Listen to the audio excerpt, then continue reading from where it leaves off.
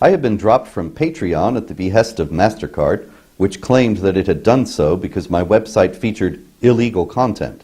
Since then, Mastercard has ignored a letter from an attorney, and Discover Card has likewise begun to refuse to process donations to my organization Jihad Watch.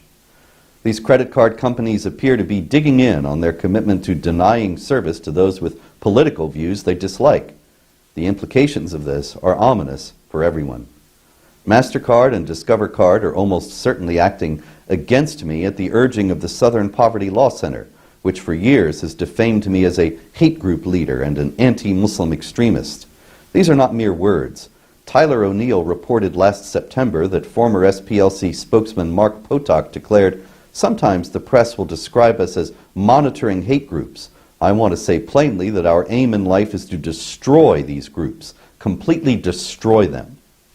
Potok added, "You are able to destroy these groups sometimes by the things you publish. It's not so much that they will bring down the police or the federal agents on their head, it's that you can sometimes so mortally embarrass these groups that they will be destroyed. We see this political struggle. We're not trying to change anybody's mind. We're trying to wreck the groups. We're trying to destroy them, not to send them to prison unfairly or to take their free speech rights away, but as a political matter, to destroy them." By getting two major credit card companies on board, the SPLC is well on its way in my case, unless Mastercard and Discover Card reverse themselves, and I haven't given up on that. I've also started an Indiegogo fundraiser to raise money to sue the SPLC. It will be interesting to see if the SPLC prevails upon Indiegogo to quash a fundraiser that is critical of the SPLC. Those who may be applauding Mastercard and Discover Card for quashing a so-called hate group leader should stop and think for a minute. The first question for them to ponder is this: what if the SPLC is wrong? It is already established that the SPLC is not infallible in determining who is hateful and who isn't. Witness the $3,375,000 settlement it paid to Majid Nawaz for smearing him as an anti-Muslim extremist.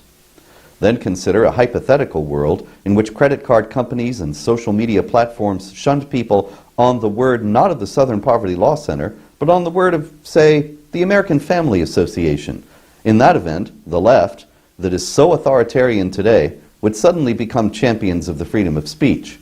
But this will remain a hypothetical because outside of The Handmaid's Tale, the AFA and other socially conservative groups would never crack down on dissent the way that the left is doing today.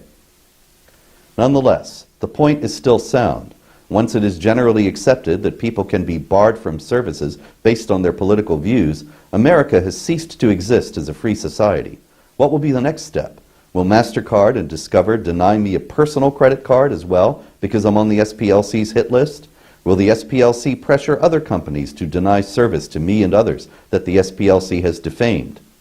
In 5 or 10 years, if this trend is not checked, will it be possible for me and others whom the SPLC is trying to destroy to buy a house, buy a car, buy groceries? These aren't hysterical questions. If the precedent is established that people can be discriminated against based on their political views, there's no telling where it could end, or if it will end at all. Whatever you may think of me and of the other people that the SPLC has targeted for destruction, the implications of what is being done are clear. America is at a crossroads today. The choice before us is whether we will continue to exist as a free society or whether we will become a totalitarian state in which holding the proper opinions is indispensable to being able to function as a citizen at all. If Mastercard and Discover Card don't back down and others join them, it isn't just I who am threatened. At risk is the basic and hard-won principle of equality of access to services. When that goes, our other freedoms will swiftly follow, more swiftly than most Americans realize. I'm Robert Spencer, a Shillman Fellow for the David Horowitz Freedom Center and Director of Jihad Watch. This video has been brought to you by the Center for Security Policy.